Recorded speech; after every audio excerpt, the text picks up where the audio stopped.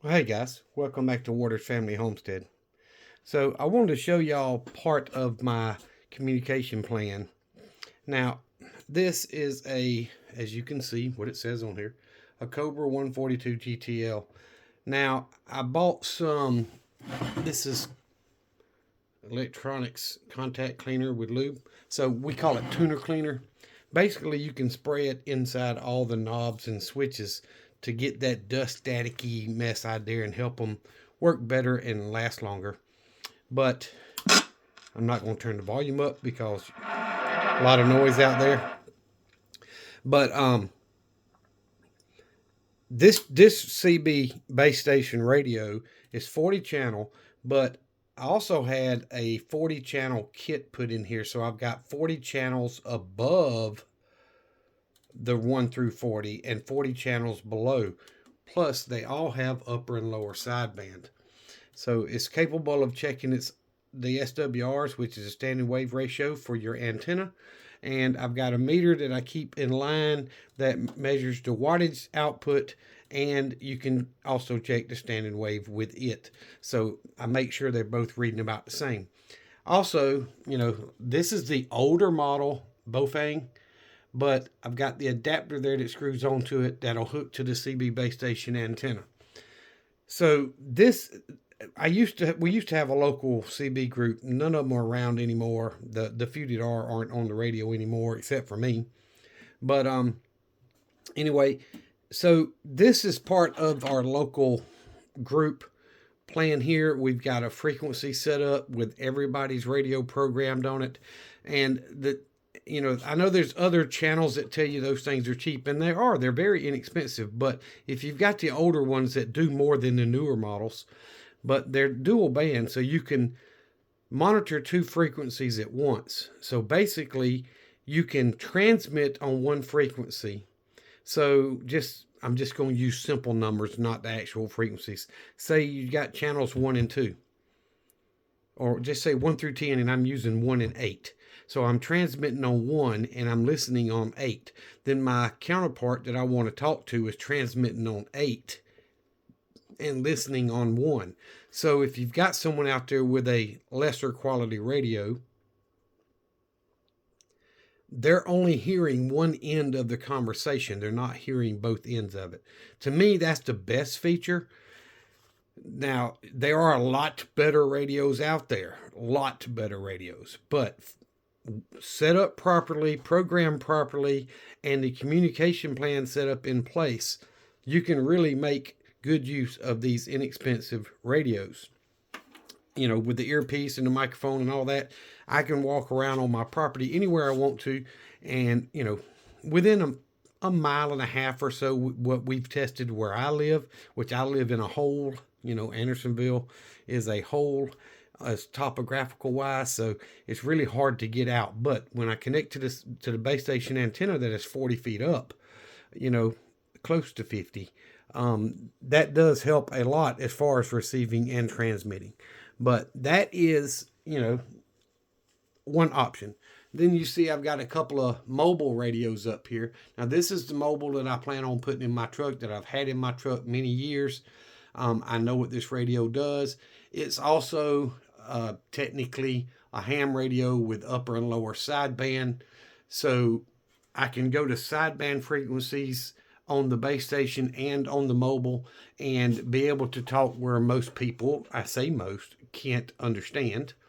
And then, I've got this older radio here that I bought. I don't remember when I bought it or how much I paid for it, but it does not have sideband, but it does check its own, SWR and stuff. So I plan on going through these and cleaning them.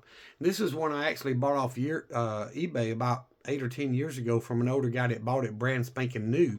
And he said his grandchildren played with his radio, and he'd had it forever, and he couldn't get it to work anymore. So he was selling it, and he sold it for like $10 plus shipping. So I think I gave $30 or $35 for it. Well, I got it, and being in it as long as I've been, the desk mic, which you see I use a Turner Plus 3. I've got another one there. The one that he had with this actually there's a switch on the bottom for analog and digital. His grandkids somehow had flipped that switch, which made it just squeal every time he keyed the mic. And he couldn't figure out what was wrong with it. And then I contacted him and told him I figured it out. It was a simple fix, that I'd sell it back to him for what I paid for it, plus my shipping and all that back. If he'd pay to ship it back to him, he could have it. And he said, no, I've already bought me a new one. I appreciate you being honest. You can keep it. So this radio, guys, it's got the clock and all in here. It works perfectly, like brand spanking new. So I plan on doing, a cleaning on it. Anyway, it's just, these are some mobile radios, and this is a base station. I've got this other base station. I've got 5 or 6 more mobile radios out in the barn, in that tote protected. I've got some amplifiers for them that you're not supposed to use, but when craps hit the fan, who's going to complain about it? So anyway, I just thought I'd do a quick video about that. That this is going to be my communication and my power production room, and I'm going to store medical in here as well until I kind of outgrow the space. But anyway, I do need to finish getting everything all cleaned and ready, but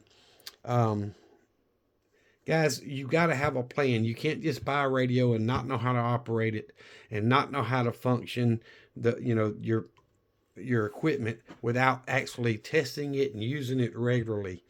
So that's the point of this little video, is just to tell you, get you whatever yours is. These radios here, they're rechargeable. You see it sitting on a charging base right there, and it's fully charged. I've got multiple of those radios, and the people in my group have multiple of those radios. And like I say, we've got channels set up, pre-programmed in all of our radios so we can communicate, and we have a communication plan. Now, I'm not going to give you every detail, but I will tell you, you don't want to just turn that radio on and, if you're trying to get to your bug out location and there's someone supposedly already there, you don't want to just turn that radio on and talk and scream and holler for help, constantly, and kill the battery in, 12 hours or one day or whatever. It may take you days to get there. You have to have a plan. So